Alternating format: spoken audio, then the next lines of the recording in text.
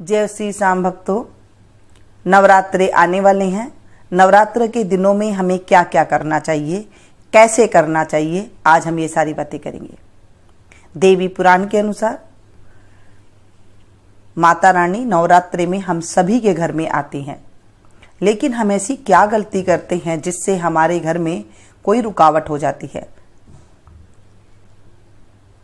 आज मैं आपके साथ ऐसी बातें शेयर करूंगी जिससे हमारे जीवन के सारे संकट दूर हो जाते हैं, जो हमारे देवी भागवत में, देवी पुराण में हमारे बड़े बुजुर्ग ऋषि मुनियों ने लिखे हैं। आज वो सारी बातें हम शेयर करेंगे। भक्तों, जब भी नवरात्रे आते हैं तो हमें उससे पहले कुछ चीजों का ध्यान रखना चाहिए। जैसे रसोई की सफाई बहुत अच्छे से कर लेनी चाहिए। हम यही गलती करते हैं कि पूरी जगह और कुछ बातें करते रहते, कमरा साफ कर लिया, वो कर लिया। अब रसोई की सफाई अब आप कहेंगे हम तो अच्छे से कर लेते हैं, वो सफाई नहीं। जैसे आप देखें कि अंदर कोई अचार का डब्बा तो खराब नहीं पड़ा हुआ है, कोई टूटे फूटे बर्तन तो नहीं है, कोई टूटी हुई कढ़ाई वगैरह तो ऐसी नहीं पड़ी है जो जिसमें क्रैक आया हुआ है, कहीं ऐसे बर्तन तो नहीं पड़े हैं। वो सारी चीज हमें हटा देनी है। यानी कि उन कबाड़, एक तरह का कबाड़ होता है जो गंदे मसाले वगैरह पड़े होते हैं, जिसमें कीड़े वगैरह कई बार लग जाते हैं, हम ध्यान नहीं देते हैं, उन चीजों को भी हमें निकाल देना है। रसोई में और क्या चीजें निकालनी है, जैसे आपको प्याज है, लहसुन है। जो लोग नॉनवेज खाते हैं, नॉनवेज है, इन दिनों में परहेज करना चाहिए। वैसे तो ज्यादातर घरों में नवरात्र के दिनों में ये चीजें नहीं खाई जाती है। अगर ये आपके किचन में भी है तो आप इसे बाहर उठा करके कहीं रख दे, कहीं ऊपर नीचे कहीं रख दे। इससे क्या होगा कि आपको ध्यान में नहीं आएगा और आप गलती से काटेंगे भी नहीं और कोई खाएगा भी नहीं। आप 9 दिन तक इसका परहेज करें, क्योंकि जब हमारे घर में परमात्मा आ रहे हैं, हमारी माँ आ रही है, नवरात्रे में माता आती है हमारे घर में, जब लक्ष्मी माता का रूप ये समझ लीजिए, तो हमें ये चीजों को जो जिसमें थोड़ी सी गंध आती है, जिसमें थोड़ी सी स्मेल आती है, उन चीजों को हमें हटा देनी चाहिए। तो इन चीजों को बाहर रख दे। नवरात्रि के दिन में इस तरह से किचन की सफाई रखें, एकदम मांज धो के बर्तनों को, एकदम जो परंडा जहां पर पानी रखते हैं वहां पे बिल्कुल सफाई रखें। झूठा वगैरह जो है उसे आप थोड़ा सा हटा दें वहां से। जैसे फ्रिज में ज्यादातर घरों में झूठे चीजें रख देते हैं, कई बार झूठे हाथ वगैरह रख जाते हैं, तो फ्रिज की भी आप अच्छे से सफाई कर ले, ताकि जो है रसोई में कहीं पर भी कोई गंदगी ना रहे। ये एकदम जो अंदरूनी बातें है ये हम नहीं समझते हैं, और हम क्या करते हैं, सिर्फ बाहर बाहर की एकदम क्लीनिंग कर लेते हैं और उसको मानते हैं कि हमने सफाई कर ली। नहीं दोस्तों, परमात्मा जो है, जो भगवान जो है, वो हमारे दिल से देखता है। जैसे अंदरूनी सफाई, जैसे मैंने कहा कि अचार है, कहीं पर कीड़े लगे हुए ना हो, कोई अन्न, या फिर कहीं पर जो है टूटे फूटे कोई और बर्तन है वो ना हो, झूठा जो चीज सामान है वो ना हो, कोई सब्जी वगैरह बासी वगैरह पड़ी है वो भी आप निकाल करके एकदम क्लीनिंग कर ले। एक दिन पहले जब आप क्लीनिंग कर लेंगे, उसके बाद नवरात्र में आप 9 दिन आप एकदम स्वच्छता से और एकदम सात्विक भोजन जो लोग करते हैं उनके लिए भी बहुत अच्छा हो जाएगा। आप व्रत करें या ना करें, लेकिन इन चीजों का भी जब आप परहेज कर लेते हैं तो भी आपके जीवन में जो है आप देखेंगे काफी सारा बदलाव आ जाता है। जैसे कोई भी चीज की रुकावट होती है, वो रुकावट दूर होने लग जाती है, क्योंकि माता तो साक्षात होती है। आप सभी को पता है, मुझे कहने की जरूरत नहीं है। माँ जगदम्बा हमारे घर में सारी चीजों की जो है अच्छे से पूर्ण करती है। इन्हें अन्नपूर्णा भी कहते हैं। जैसे रसोई का जो भी है अन्नपूर्णा माता मानी जाती है। जब हम पूजा पाठ करते हैं और कुछ भी जो है रसोई में हम प्रसाद वगैरह लगाते हैं, भोग वगैरह लगाते हैं, तो वो अन्नपूर्णा ही माता वहां पर बैठी होती है, जो हमारे को ऊपर से आशीर्वाद देती रहती हैं। ये हो गई हमारी रसोई की सफाई। जो कपड़े वगैरह हैं उन्हें भी अच्छे से आप एकदम से साफ सुथरा कर ले, बहुत अच्छे से एकदम क्लीन हो जाएगी। पहली बात तो हो गई रसोई की सफाई की। अब दूसरी बात आती है मंदिर की सफाई। मंदिर को आपको एकदम क्लीनिंग करना है दोस्तों। मंदिर में जो है, जहां पर आपने मंदिर की स्थापना, माता की स्थापना करेंगे, वो स्थान तो आप अच्छे से साफ सुथरा कर लेते हैं, लेकिन जो मंदिर जहां पर हम डेली पूजा करते हैं, वहां पर भी माता के जो विग्रह है, जो सारे भगवान जी के जो सारे विग्रह है, फोटो वगैरह हैं, उन्हें भी आप एकदम अच्छे से पोंछ ले, गीले कपड़े से अच्छे से साफ करके एकदम चमचमा दे उन्हें। और कहीं पर फोटो फटी हुई है या फिर कोई खंडित मूर्ति है आपके घर में, कोई माला वगैरह टूटी हुई है, या फिर आपके घर में कोई जो भगवान के साज संभार मुकुट वगैरह जैसे होते हैं वो कहीं से खंडित है, तो दोस्तों ये अशुभ माना जाता है। इन्हें भी आप निकाल करके डालें। नवरात्रे में ये चीजें नवरात्रे आने से पहले, ये जरूर एक दिन पहले ये सारा काम कर लेना चाहिए, तभी हमें नवरात्रि के जो है पूर्ण फल की प्राप्ति होती है। मंदिर को एकदम साफ सुथरा करके, चमचमाता हुआ करके एकदम रख दें, नए कपड़े बिछा दें, आसन कर दें, जो पुराने कपड़े उन्हें धो करके अच्छे से एकदम रख दें, बढ़िया अच्छे से करके। तो ये जो चीजें होती है ना, ये हम लोग इन चीजों पे ध्यान नहीं देते हैं। जहां पर होता है वहीं पर ही बस मिट्टी धूल जमी होती है, बस सिर्फ पूजा करने से रखते हैं कि हमें जल्दबाजी है, जहां पर बस माता की चौकी लगाई है वहीं पर ही पूजा कर लेते हैं। नहीं दोस्तों, इन चीज़ों का भी आप ध्यान रखें। जब आप के घर में थोड़ी सी फोटो वगैरह फटी कट्टी पड़ी हो, या फिर जिसमें चित्र थोड़ा सा खराब हो गया हो, इन्हें उठाकर या तो आप जल प्रवाह कर दें, या फिर आप कहीं पीपल के नीचे जाकर के रखें, अगर आपके यहाँ जल नहीं है तो। लेकिन ऐसी मूर्ति नहीं रखनी चाहिए, ऐसी फोटो नहीं रखनी चाहिए। जिस किताब से आप पढ़ते हैं अगर वो भी फटी हुई है तो उन्हें भी वहां से हटा दे, तुरंत हटा दे, उन्हें नहीं रखनी चाहिए। इससे जो है वाइब्रेशन अच्छी नहीं होती है, ये चीज भी मानी जाती है। आप सभी को पता है ये सब चीजें। और क्या करना चाहिए, नवरात्रि के दिन में हमें फटे पुराने कपड़े नहीं पहनने चाहिए, बल्कि जो फटे पुराने कपड़े अगर आपके घर में रखे हैं पुराने कपड़े, तो आप उसको बिल्कुल इसे किसी को दे दे, या फिर आप जो कुछ भी करते हैं वो आप कर ले, लेकिन पुराने कपड़े नहीं रहने चाहिए और उन्हें आप दे दें, निकाल दें नवरात्रि से पहले। जैसे जूते वगैरह पड़े होते हैं, पुराने जूते वगैरह, वो भी आप निकाल दें। तो इससे क्या होगा, एकदम घर की क्लीनिंग हो जाएगी, स्वच्छता हो जाएगी, और आप देखेंगे उससे हमारे जीवन में जब तक दूसरे नवरात्रे आते हैं तब तक हमारे जीवन में बहुत काफी सारा बदलाव आ जाता है।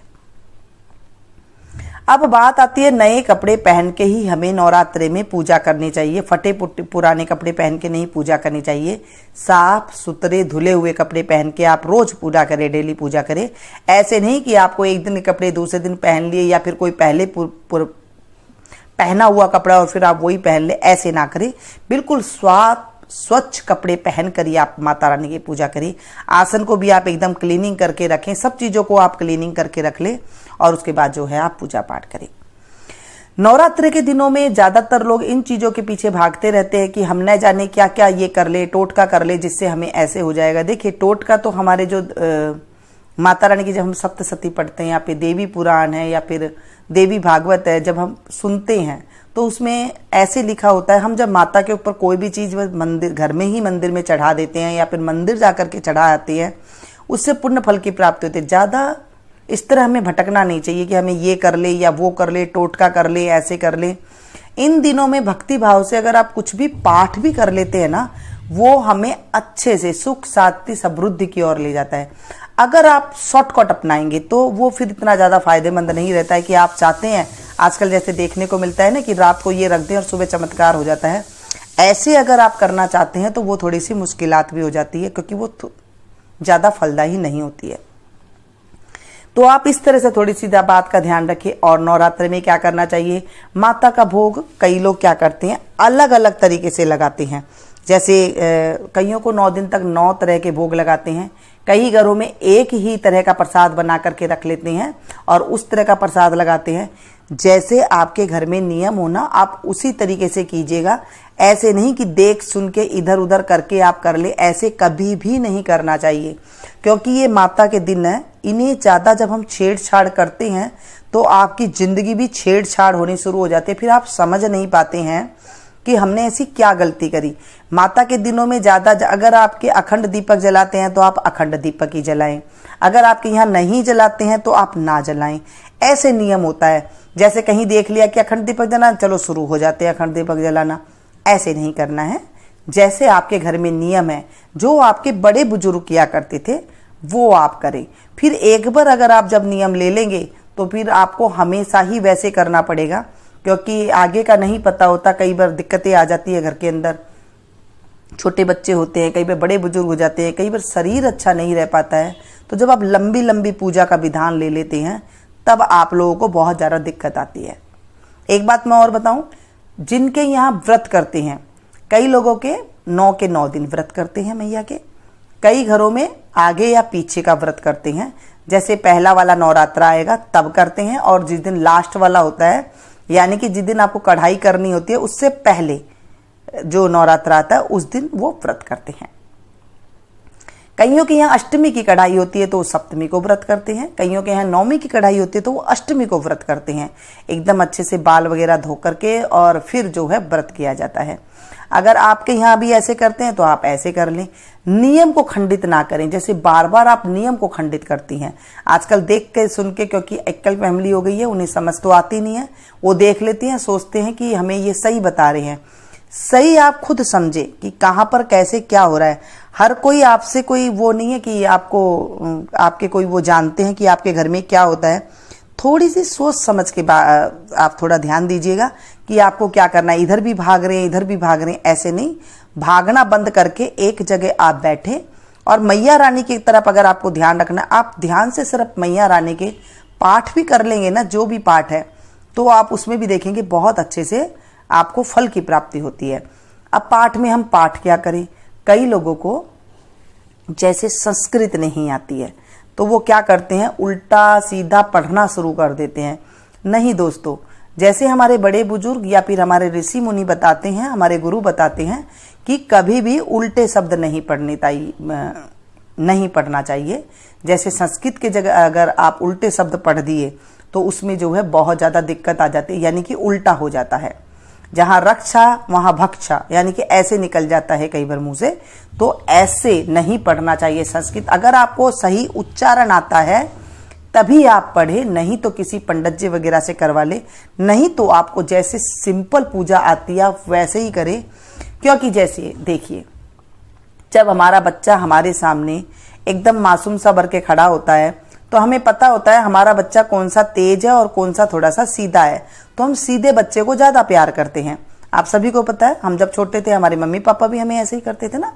तो ऐसे ही जब हम भोले बन के रहते हैं, हमें ज्यादा चतुराई दिखाने की आवश्यकता नहीं आती है, चतुराई नहीं आती है, तो माँ हमें अपने आप गले लगाती है। उन्हें पता है कि ये बच्चा भोला है और उनसे आप क्षमा याचना करें। ज्यादा चतुराई बनाने की कोशिश ना करें कि हम बहुत ज्यादा ताम झाम में पढ़ के इधर उधर से सुन के हम नई नई तरकीब अपनाएंगे। तो माता को पता है कि ये अपना दिमाग चलाने लगा है। जब आप एकदम सिंपल तरीके से जब आप करेंगे ना, एकदम भाव विभोर होकर के माँ के सामने, अगर आपको कोई दुख है तो आप उनके सामने आंसू से रोएं। जब आप उनके सामने रोते हैं ना, तो अब जब हमारे सामने हमारा बच्चा रोता है तो हम क्या करते हैं, उसे गले लगाते हैं ना। हमारे आंखों में भी आंसू आ जाते हैं ना कि आज बच्चा कितना दुखी है। ऐसे ही जब हम अपने भगवान के सामने रोते हैं, आप अपना दुख सारा उस माता रानी के सामने सुनाइए। वो आप देखेंगे आपके कष्ट अपने आप ही बगैर कुछ, ये जो करते हैं ना टोटके वगैरह कर, वो सब कुछ करे बगैर ही, बगैर ताम झाम के, बगैर आपको ज्यादा वो करके भी आपको वो फल की प्राप्ति हो जाती है। जब आप माता को एकदम भाव विभोर से उन्हें जब आप अपनी मनसा सुनाएंगे, तब आपको जो है देखेंगे बिल्कुल तुरंत आपको फल मिलने लग जाएगा। कई बार तो मैंने अपनी आंखों से देखा है दोस्तों, भक्तों की माता के 9 दिन के अंदर ही जो है कईयों की आशा एकदम पूरी हो जाती है। वो इतना भाव विभोर होकर रोते हैं माता के सामने कि उनकी जो है आशा एकदम से पूरी होने पे माँ मजबूर हो जाती है। ऐसे आप करें, माँ के सामने रोएं, गिड़गिड़ाएं। अगर आपको कोई भी, देखिए हम इंसान हैं, इंसान को अपने कर्म भुगतने ही पड़ते हैं। चाहे वो पिछले जन्म में हमने प्रारब्ध में कुछ करा है तो उसे तो भुगतना ही भुगतना है, क्योंकि हम भूल चुके हैं। लेकिन हमारे जो ये देव हैं, जो हमारी ये सृष्टि है, वो ऊपर वाला नहीं भूलता है। तो इसीलिए आप ये ना सोचें कि हमने कुछ कष्ट काट रहे हैं। कष्ट हमारे जो हमने पूर्व में करे हैं वो तो भोगने ही भोगने पड़ेंगे। लेकिन जब आप थोड़ा सा ये कर लेते हैं तो जहां आपको तलवार की चोट पड़नी होती है, जहां आपको तलवार से काटा जाना होता है पूरा हाथ, वहां पर आपको सुई चुभ के थोड़ा सा बस खून निकल जाएगा। ये समझ लीजिए वो कष्ट इतना ही मिला।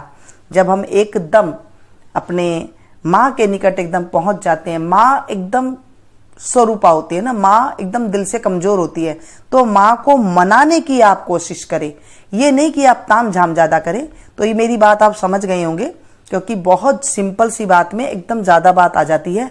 इस तरह से आजकल क्या है, नए नए चीज अपनाने लगे। पहला ऐसे कुछ भी नहीं था। और पहले आपने देखा भी होगा, घर हमारा कितना अच्छा रहता था। कितने हम छोटे छोटे भाई बहन तो होते थे, तो कभी कोई ऐसी बात नहीं होती थी। और आजकल तो एक बच्चा है तो भी घर में क्या हालात हो रही है, और सामने भी बोलते हैं बच्चे। सब कुछ आपने देखा है। कोई मुझे कहने की जरूरत नहीं है क्या हाल हो रखा है, क्योंकि हम भटक रहे हैं। तो माता पिता भी कहते हैं भटक रहे हो तो भटको। जब हमारी माँ के हम एकदम निकट पहुंच जाएंगे तो फिर वो माता पिता संभालते हैं ना, तो बच्चों को इतना कष्ट नहीं होता है। तो आप वही चीज अपनाएं एकदम सिंपल तरीके से। और जैसे मैंने आपको बताया कि मंदिर की सफाई एकदम चमाचम से कर दे। फटे पुराने कपड़े हैं मंदिर में, जो सफाई वाले उन्हें आप हटा दे, और जो अच्छे पुरानी फटी पुरानी तस्वीर है उन्हें भी आप हटा दे, कपड़े हैं वो हटा दे, रसोई को एकदम क्लीनिंग कर ले। जैसे नॉनवेज वगैरह, प्याज लहसुन वगैरह जो चीज भी है, इन चीजों को आप थोड़े दिन के लिए दूर कर दीजिए। अगर आप व्रत करते हैं तो फलाहार कर ले, और नहीं व्रत करते तो खाना खा के भी अगर आप ये चीजों का ध्यान रखेंगे तो भी बहुत ज्यादा हमारे जीवन में बदलाव होगा। क्योंकि देखिए 9 दिन कईयों के नहीं हो पाता है, जैसे छोटे बच्चे होते हैं, या फिर कईयों का शरीर ही आजकल ऐसा होता है, कईयों को बीपी लो की प्रॉब्लम है, कईयों को हाई की प्रॉब्लम है, तो नहीं कर पाते हैं वो। तो अगर नहीं हो पाता है तो कोई बात नहीं, माँ से क्षमा याचना कर ले कि माँ मुझसे नहीं होता है। तो जैसे मुझसे भी कई बार नहीं होता है, पहला और आखिरी करते हैं तो भी नहीं होता है, तो मैं माँ से क्षमा मांग लेती हूँ, माँ मुझसे नहीं हो रहा है तो मैं क्या करूँ। तो वो क्या रहता है, फिर वो माफ़ी हो जाती है। माता हमें समझती है कि इस बच्चे से नहीं हो रहा है, तो वो अपने आप ही आशीर्वाद दे देती हैं कि चलो आपसे नहीं हो रहा है। तो दुखी मन से माँ भी नहीं चाहेगी कि हम व्रत करें। आप इस चीज का ध्यान रखें। और साथ में जो है, जैसे आपके यहाँ पूजा करते हैं, जैसे पान का पत्ता पे शुरुआत वाले दिन तो रखते ही हैं, लौंग इलायची वगैरह जो सुपारी वगैरह वो आप रख दें। बाकी जैसे सिंपल पूजा करते हैं वैसे ही करें। डेली माता के आगे एकदम बढ़िया से साफ सुथरे कपड़े पहन के सुबह सवेरे जल्दी उठ करके आप जो है कलश स्थापना जैसे करते हैं वो करें। जौ कैसे बोएं जिससे जो है घर में सुख संपदा रहे, क्योंकि जौ से ही सुख संपदा का पता लगता है। जौ से ही जो है हमारे घर में बरकत होती है। जौ अगर अच्छे हरे भरे उगते हैं तो हमारे जीवन के कष्ट दूर होते हैं। जौ अगर हरे भरे और अच्छे खिले खिले होते हैं, किस रंग के होने चाहिए जौ, ये चीज भी मैं आगे आपके साथ शेयर करूंगी। क्योंकि जौ अगर बढ़िया उगते हैं, अच्छे उगते हैं, तो हमारे ऐसे पता लगता है कि हमारा जो ये साल है धन्य धान्य से भरपूर होने वाला है, और हमारे घर में प्रगति होने वाली है, बच्चे अच्छे आगे बढ़ने वाले हैं। ये सब चीजों का पता जौ से पता लगाते हैं, और पहले ऐसे ही पता लगाया करते थे। तो जौ आप किस तरीके से अच्छी तरीके से बोएं जिससे आपको जो है बढ़िया उसका रिजल्ट मिले। मिलती हूँ फिर से एक नई वीडियो में नई जानकारी के साथ। तब तक आप लोग देखते रहिए, एंजॉय कीजिए। जय श्री राम।